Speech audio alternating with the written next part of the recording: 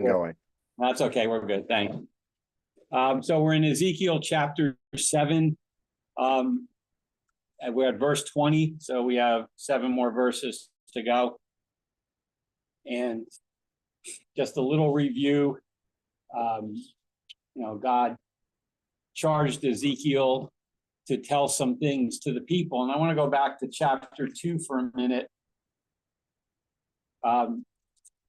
Because it kind of gets to the point that the last 7 verses are going to focus on. And then chapter 8 gives us a really bigger picture of some of the real serious stuff that Israel has done that has alienated them from God, that has alienated them from their understanding of who God is and how great he is and how they need him in their lives, because they don't know that anymore.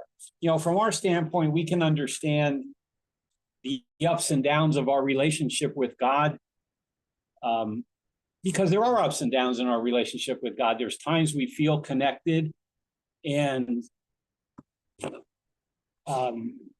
we're in sync and we're focused on him. We're thinking about him through all the things we're going through. And I can only speak for myself, but there's other times that I'm not, that it's hard to get that focus, to have him in the center of all that I'm doing and their struggles. And, so Israel really took that to the extreme. I hope we never get to that extreme, because they basically pushed God totally out of their lives, even though they're still following the ritual, even though they still look at the law as important. All of that was really based on their relationship with God. The law and the rituals they went through, the feasts and the sacrifices, were all part of them relating to God and God using them as his chosen people to show himself to the world. And they didn't have that anymore. And it wasn't that what they were going through should have been a surprise, because, and maybe we'll look at it in a minute, the northern tribes had already gone through this, where they had separated from God. God wasn't part of their lives. God sent in Assyria to basically destroy them, to judge them, to take them out of the land that was his promise to them. And the 2 southern tribes were spared, but now they're not. But they've been getting warnings from the prophets, and they've been ignoring them. And little by little, as we ignore God, bad habits or a poor connection to God just sets in, and we lose our sensitivity, I think, to understanding his presence and what it means to not have his presence in our lives. Because that's one of the things, I think, with me, that's a trigger. After all these years, I know how God's presence in my life feels. I know when things are going bad, the fact that he's still with me. And by going bad, I don't mean just circumstances are bad around me, but things are bad in my mind, or things are bad in controlling my mind, or my actions, or my anger, or whatever other things get in my way of a good relationship with God. There are alarms that go off that make me understand I'm getting too far afield, and I need to call on him and get him back at the center so that things are controlled and I'm getting my relationship with him in focus. Israel has stopped doing that. So I think there's a point where you just lose all that sensitivity and warning bells, and they had done that. And they had gotten so far afield, and now God's got to judge them. And we did go through that. Even in judgment, God is a loving God, because it's through that judgment that he's going to bring them back. They're going to go through some terrible things. It's going to take 70 years for them to get to that point where they're ready to go back into the land. They're going to have to go through a lot of different hard times. But he saves a remnant. He doesn't forget his people. He just is going to put them through a judgment that is based on their actions. It's not just God acting out of an emotion, say that we would. Sometimes we act out of our anger or out of our hurt, not out of what's best for our children, our spouses, or whatever, but just, we act out of the wrong for the wrong reason. God doesn't do that. Everything that God does is right. So here, and he said it a number of times, the judgment that he's going to judge them with is a righteous judgment based on what they're doing. And so in chapter 2, in Ezekiel's call, we get a picture of why there's a chapter 7, on why there's the last 7 verses of chapter 7, how hard God is being on them. So in chapter 2, it says, he said to me, son of man, stand on your feet so that I may speak to you. And he spoke to me. As he spoke to me, the Spirit entered me and set me on my feet, and I heard him speaking to me. And he said, son of man, I'm sending to you the sons of Israel, to a rebellious people who have rebelled against me. They and their fathers have transgressed against me to this very day. I'm sending you to them who are stubborn and obstinate children, and you shall say to them, thus says the Lord God, as for them, whether they listen or not, for they're a rebellious people, they will know that a prophet has been among them. The other thing he says in other portions of the chapters between chapter 1 and chapter 7, and in chapter 7, is that they'll know that I'm the Lord. So that's one of the reasons God is doing this, to bring back to their memory that God is God, that he's their God. Certainly Israel had enough evidence of who God is and how great God is, and the blessings that God has for them, but they pushed all those aside, and they started looking at the things around them and were attracted to them. That's our human nature, and that does happen, especially as we start to push God away and don't allow him to interact in our lives. So Israel's done that. It's gotten too far. He's calling upon Ezekiel, just as he called upon Isaiah, a couple of hundred years before, because again, this has happened before. Israel has history to look at, maybe not the 2 tribes, but they still can see what happened to the rest of Israel and understand that God is a righteous God and a God who judges, as well as a God who loves. And so this shouldn't have been a surprise, but it was. One of the things we brought out, I know it's been a long time, but we brought out that Israel had expectations as being God's chosen people. They never thought it would go this far. I think they thought, based on what we read, that there would be some repercussions, there would be some judgment, but they never thought they'd lose the temple and lose the land and just be totally dominated, even though there was evidence in the northern part of the kingdom that could happen. But I think they were totally oblivious to it. We kind of see that at the end. We're going to see it in later chapters, that they're caught by surprise. But even in that understanding that they're being judged to such a harsh degree, they still don't repent. They call on their priests and their prophets, but it isn't to make things right with God. They don't want to lose the things that they have, but they don't want that relationship with God yet. That'll come later, as they're in captivity for a number of years, but it isn't here at this point in time. So we see in the prophet's call that Israel is painted as a rebellious, obstinate, stubborn group that doesn't want anything to do with God. And we mentioned, if I can get to it real quick, in Isaiah, he had a call too, and it was for a similar reason, if I could find it real quick. In Isaiah 6, we'll start with verse 8. It says, I heard the voice of the Lord saying, whom shall I send and who will go for us? And I said, this is Isaiah, here I am, send me. And he said, go and tell the people, keep on listening, but do not perceive. Keep on looking, but don't understand.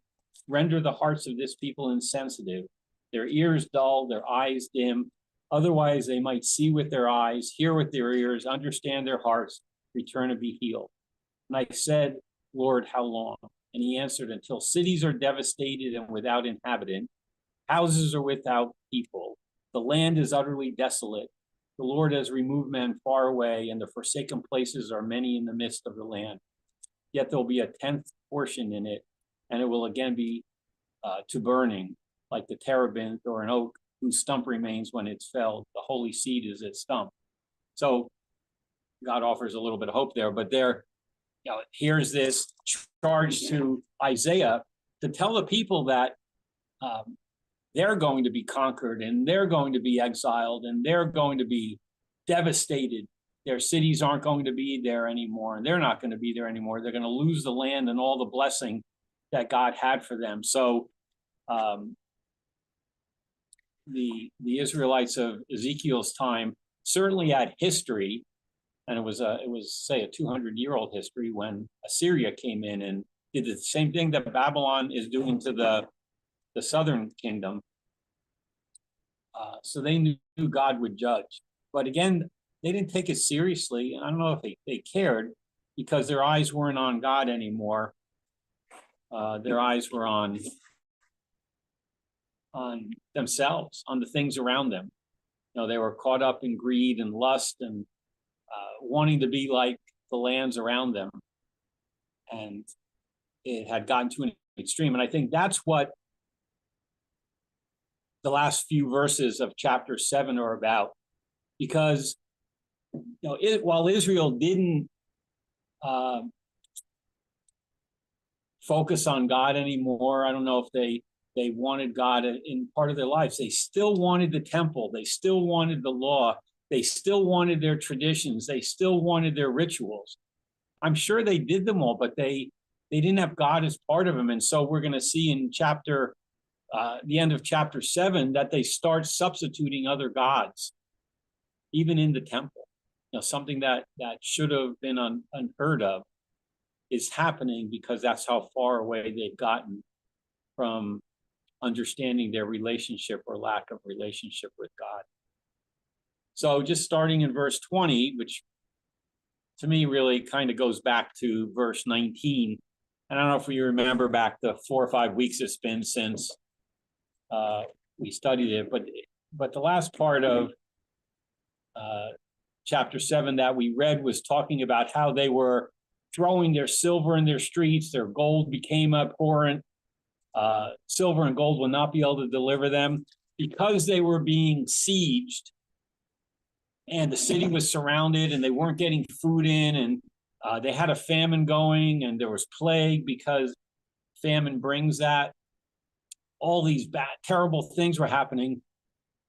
All the things that they thought were important, money and possessions and material things, didn't mean anything anymore, because God's blessing wasn't there. And because God was allowing the worst of nations, which is what Babylon was, to judge them, it was just devastation. And all the things they thought were important weren't important. So they were just throwing them into the streets because they were worthless. Everything that had the most value to them was now worthless. It couldn't buy food. It couldn't buy health. It couldn't buy off Babylon to stop attacking them or sieging them. And it was just worthless. And that's what that last part was talking about. And now it goes into verse 20. And I do think there's a shift here, but the shift goes back to more the reason that God is being the righteous judge, who's really judging them because of the things that they do, and because its judgment is going to make them know that he's the Lord. He's the one in control. They felt were able to have their way and do whatever they want. They could have the temple and the land and still worship other gods and, worship money and possessions, but they really couldn't. They might have had space to do these things for a period of time, but God is God, and he's going to judge. So in verse 20, it says, they transformed the beauty of his ornaments into pride. They made the images of their abominations and their detestable things with it. Therefore, I'll make it abhorrent, an abhorrent thing to them. So it's talking about the temple, and them starting to take all the things that were in the temple that were meant to allow them to honor God and worship God, be in a right place before God, all the gold and silver and all the other things that were there, and they transformed them into idols. So there were idols in the temple that were being worshipped rather than God. And we'll see later, I think even in chapter 8, that even the priests were taking them in this direction. You know, all the leadership, it'll talk about kings and princes in a few verses. The leadership of Israel, the priests and the high priest, none of them were taking Israel toward God. They were allowing them to go away from God. So they had totally hit bottom. And normally when we see Israel hit bottom, they call out to God. But they're not ready at this point, and God's not going to let them, because I think they've gone too far. So he says, I'll make it an important thing to them. You know, they're going to be judged so terribly that everything they thought was important, everything they desired, isn't there for them anymore. It doesn't have any value or any worth. You know, certainly the idols that they put in place of God aren't going to do anything for them because they're not real. And I don't know that Israel thought they were real, but it allowed them not to be responsible to God. And I think that's how a lot of people are today. Ellen and I were talking today as we were driving home from something, you know, about how there's a lot of people who go to church but don't really believe in God or put God in the right place in their lives, because it's not a relationship thing. It's, you know, more just a tradition, or, you know, way they've been brought up, or something that feels comfortable, but it isn't real. And that's what Israel had done. They pushed God away and they had put other things in his place. And now they're going to pay the price. Just take a break there for a minute if anybody wants to say anything.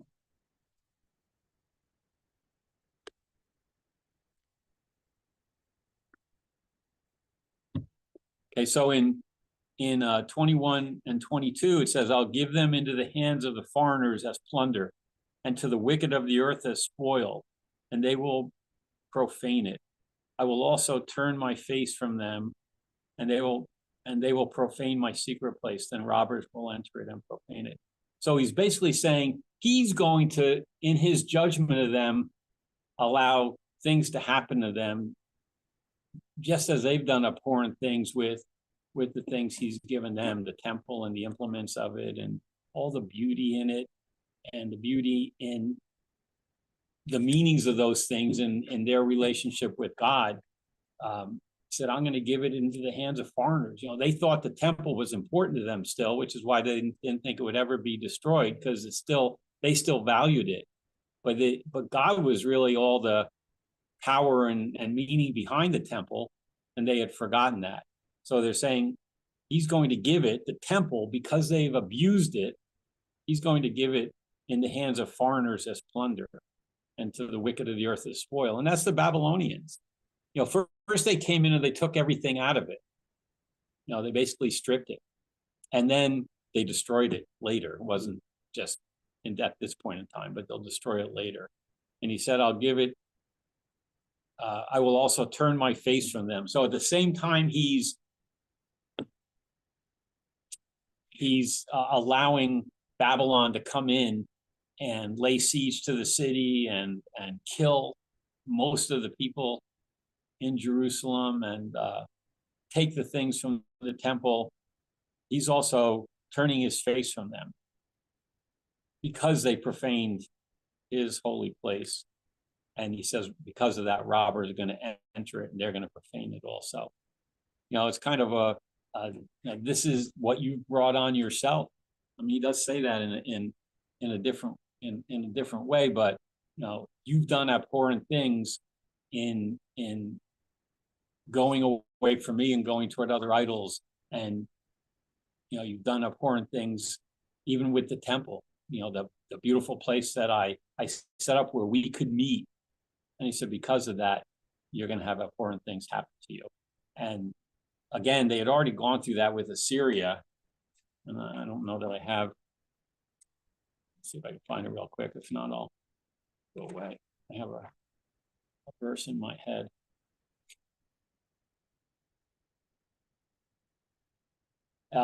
In Isaiah chapter 47, in verse 10 and 11, it says, you felt secure in your wickedness and said, no one sees me. your wisdom and your knowledge, for they have deluded you. For you said in your heart, I am, and there's no one beside me. But evil will come on you, which you will not know how to charm it away. Disaster will fall on you, for which you cannot atone, and destruction about which you do not know will come on you suddenly. Now, that's 200 years before, when Assyria was attacking the northern kingdom. Isaiah is telling them the same thing that Ezekiel is saying to Israel, or God's saying to Ezekiel about Israel, is they're going to lose everything they had, everything they thought was important, because they let go of their relationship with God in a terrible way. And they're going to lose what they thought was important. They already lost it because they lost their relationship with God. But again, on the positive side, this is how God's going to redeem them. You know, he's going to bring them to a place where they've lost everything they felt was important, and all the things that they put in place of God are worthless and can't do anything for them. And they're going to be exiled, and they're going to be slaves. And then eventually God's going to bring them back to the land. So there'll be a remnant that calls out to God. That's the thing to notice here, though, is they're not calling out to God. You know, hopefully when we hit our low points, the triggers are there that we call out to God for help, because we know there's no one else to help us except for God. But they got past that point, and they weren't doing that.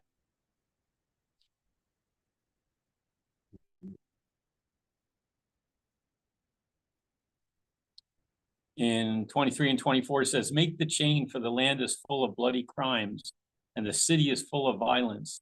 Therefore, I'll bring the worst of the nations, and they'll possess their houses. I will also make the pride of the strong ones cease, and their holy places will be profaned.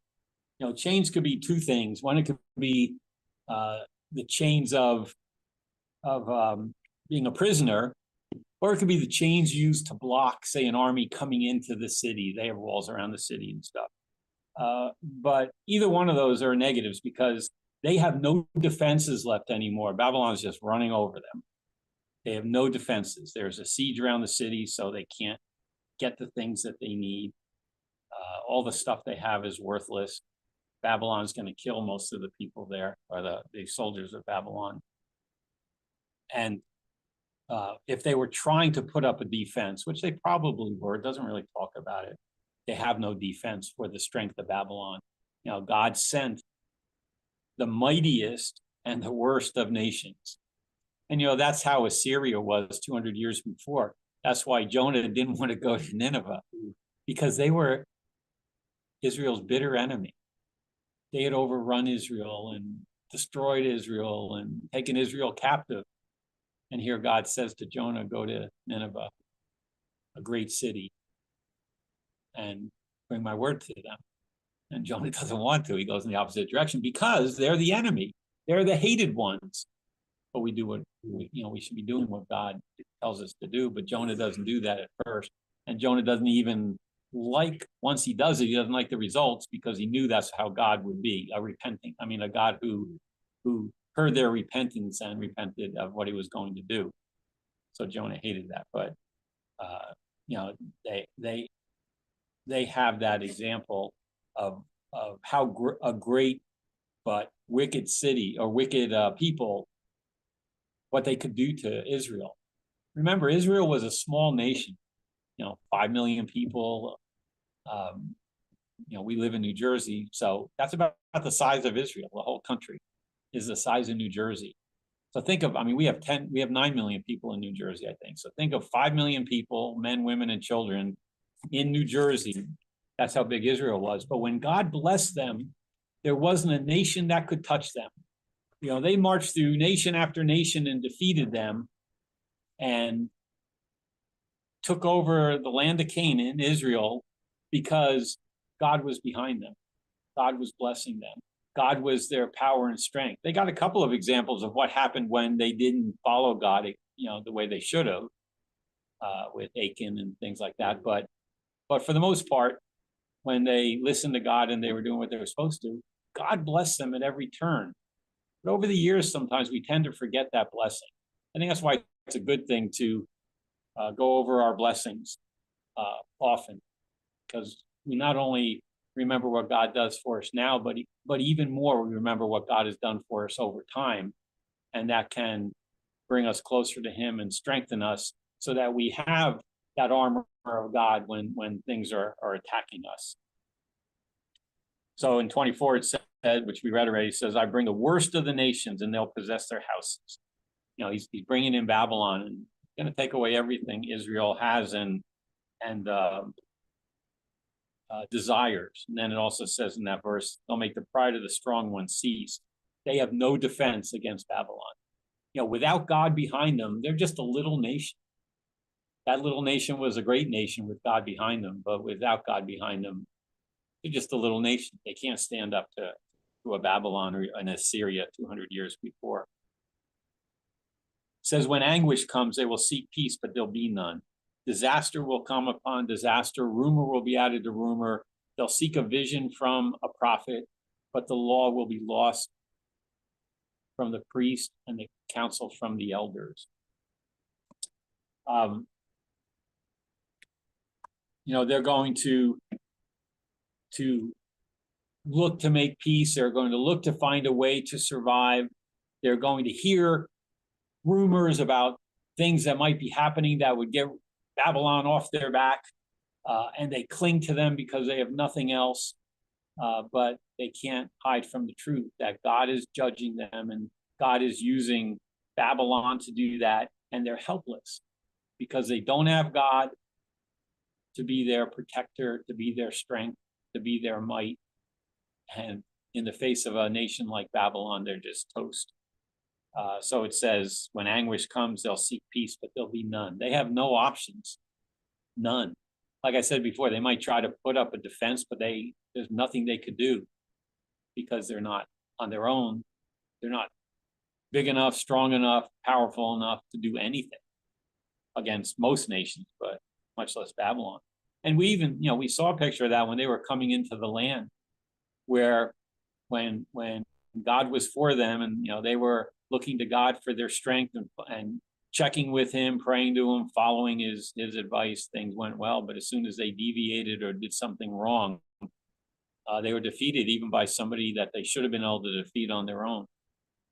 Without God behind them, they had nothing. And we read this, but it says disaster upon disaster. It's just wave after wave of things going wrong, of things falling apart, of people dying from the sword, from famine, and from plague. So, just think of the despair, how bad things must have been. There's just nothing. There's no hope at all. And yet they didn't call on God. It says the law will be lost from the priest and counsel from the elders. They didn't have anything, and they weren't looking in the right areas, and they weren't considering God. You think they would have fallen down and called out to God, and who knows what would happen if they did.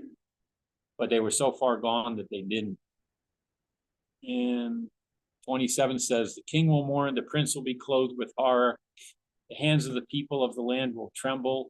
According to their conduct, I'll deal with them, and by their judgments, I'll judge them, and they will know that I'm the Lord. So there's nothing that any of them can do, no matter what position they were in. There wasn't anything they could bargain with. There wasn't anything they could buy. There wasn't anything they could do to stop what was happening. But that last part focus you back in on why all this is happening. And I think it's been happening through every chapter where we get a picture of why God's doing this. God is just in his righteous judgment. Again, it's not like us when we get angry and want to discipline our kids and do so out of anger, or angry in talking with our spouse, or dealing with problems. We're not always right because our emotions get the best of us, but that's not God. God's doing exactly what's called for based on their actions. And that's what it says. According to their conduct, I'll deal with them. All this is deserved because Israel has gotten so far away from God, they're not considering him in anything. And even though, this is Old Testament, we're in a new economy, a new covenant. We have grace and mercy. We stray at times. We don't see these kind of repercussions because God deals with us different. Our sins have been paid for. We have Jesus as an advocate. Yeah, we still need to be focused on God and have him centered in our life. But we make mistakes. Hopefully, again, we never get this far, but we make mistakes without the same kind of thing happening because our sins have been paid for. But they're being dealt with righteously because of their conduct. It says, by their judgments, I'll judge them. But there's a purpose to it. And that's why I like how chapter 7 ends. It says, they will know. And I think it's going back to those last few verses. The people of the land will tremble. According to their conduct, I'll deal with them. By their judgments, I'll judge them. Because of those things, because of the fact that they have nothing left, because of the fact that their conduct was so bad that they deserve this, and because of the fact that God's going to judge them based on how they've been living, so it's a righteous judgment, they'll know that I'm the Lord. This is going to bring them back to God eventually. It's not going to bring them back to God now. And it's only going to be a remnant that comes back. There is loss. So maybe that's the part we want to get out of all this, even though this really isn't key to the church, is there is, we can't lose our relationship with the Lord as long as we're his. But we can minimize the positive effects of it by not being focused and centered on him in especially all the tough times. That's really where it needs to come out. It's easy to praise God when everything's going good, although I'm kind of opposite. When things are going bad, that's what reminds me I need to be praying and communicating with him. When things are good, sometimes you can forget how great God is because everything's going well.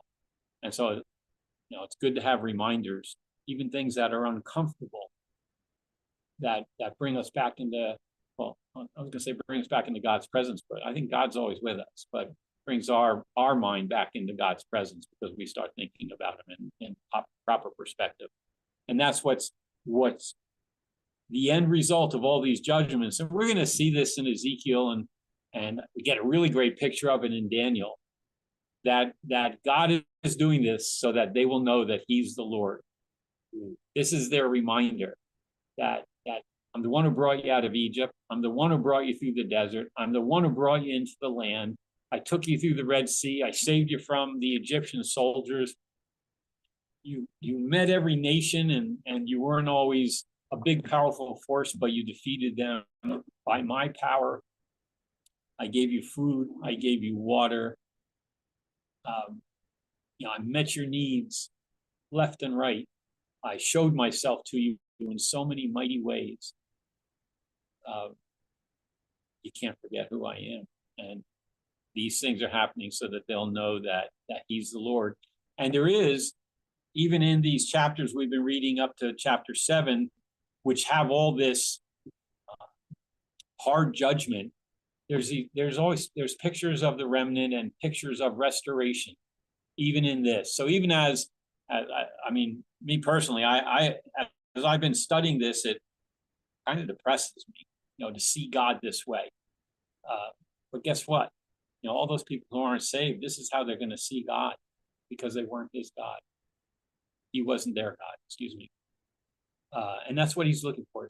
So they'll know I'm the Lord, and they'll respond to that correctly. And they are going to.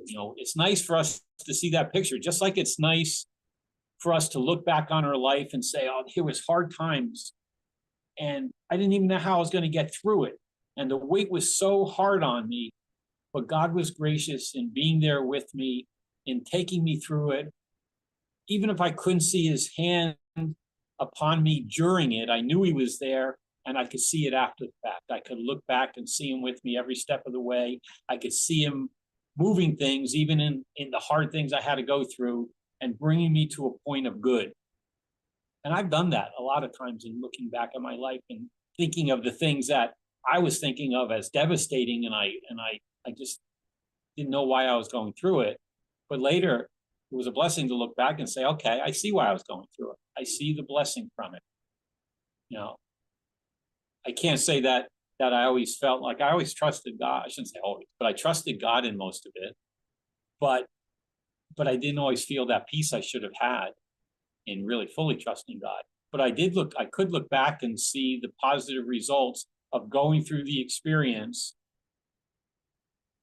and God taking me through it, and then seeing where it ended up. And that was good, even though it was really uncomfortable to go through the experiences. Well, this isn't the same thing really, because they're ignoring God.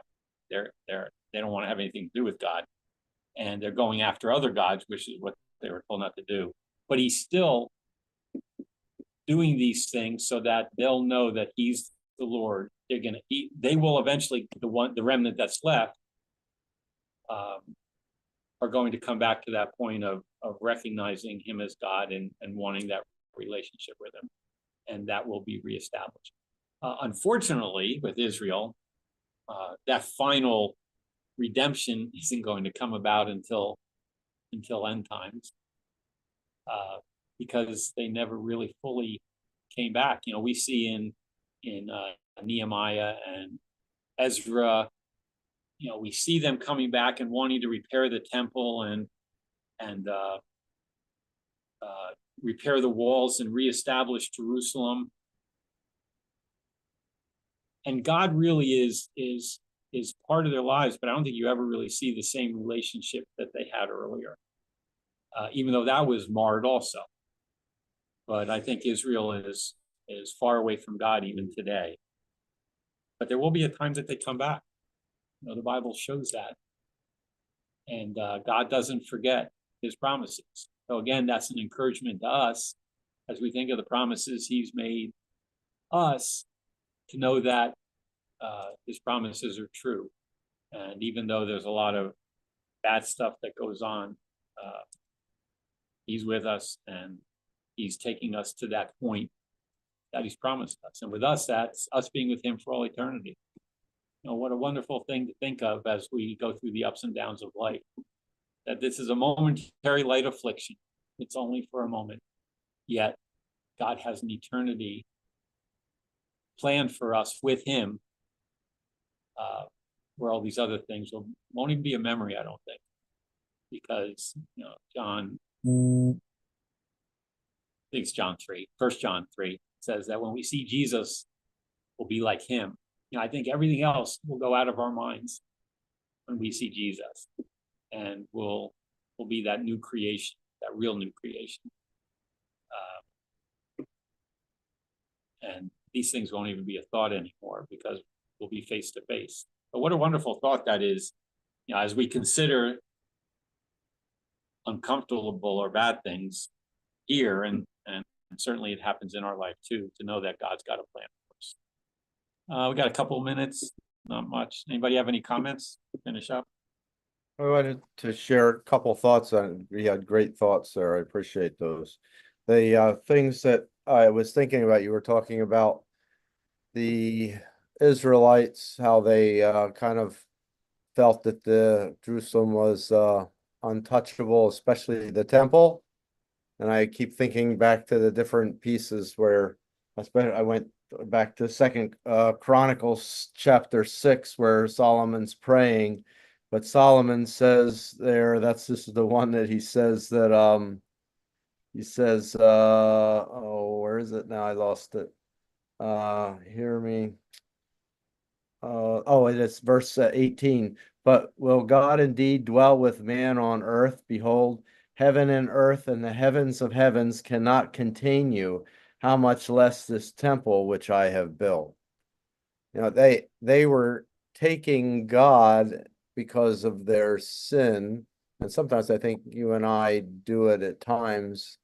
And I'll use this term, and putting them in a box and saying, you know, I got God, I understand him, I know what I can do what I want, I have the freedom to do what I want, and it's okay because me and God have an understanding and kind of thing. And we just have no concept just like Solomon prayed that how great God is. And I think that's where they were falling into because of their idols. They were worshiping rock stones and gold and silver and all this other stuff. They were substituting it in for a God that was just in all. I mean, the fullness of God. And I think sometimes we do that too. And I think that's something we have to watch out for. And I think Solomon tries to reawaken us to it. And I thought of the one example too that you mentioned about thinking we can take care of this enemy, we can do it on our own. And the biggest one quick one that comes to mind is AI. They thought they had it all and they didn't. They forgot what to ask God for the help that they needed for it. Yeah, they could have done it, but not without God's help. And so we go so quickly. And then the other last spin to this whole thing in this chapter that you're talking about, I mean, and you talked about it too, is the whole spin that Israel's been going up and down, with judges and all this time and stuff like that, back and forth. But yet we come to Revelations, which we finished studying. I can't find the exact verse that I'm looking for, but in Revelations chapter 16, the very end of it, the last part of that verse, it says, men blaspheme God because of the plagues of the hail, since the plague was exceedingly great. They have this unique man has this unique thing to blame God when something goes wrong, but they forget to look at their self and the reason that it has gone wrong.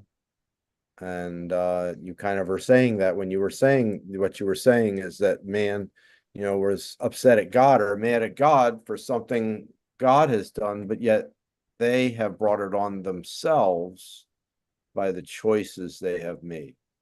And that's what I think you brought out real well, but I just wanted those scriptures popped into mind. There's another one that men wanted the rocks and all to fall on them. I couldn't find that one in this quick search, but they know what they were doing wrong. Just like you said, they knew with that one verse, you said they knew what they were doing wrong, but they weren't willing to face up to it. So they were ended up in judgment. And how sad. How sad. Good thoughts.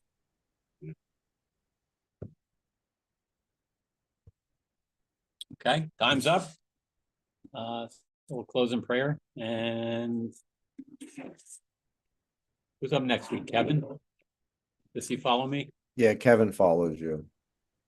I'll send him a text. All righty, Heavenly Father, we just thank you for this time we've had tonight to look into your word, to wrestle with it, to have the Spirit bring us thoughts. And again, we just pray that our focus is on you, that you're at our center. And as we go through the ups and downs of life and anything that might be hard for us, we can know for sure that you're there with us and we can just lean on you. Help us to do that. We get caught up in too many things, but help us not to forget that you're always there for us. And we thank you for that you're a loving God and that you even have our eternity set for us. We do again thank you that we could be together tonight, even fellowship through Zoom. And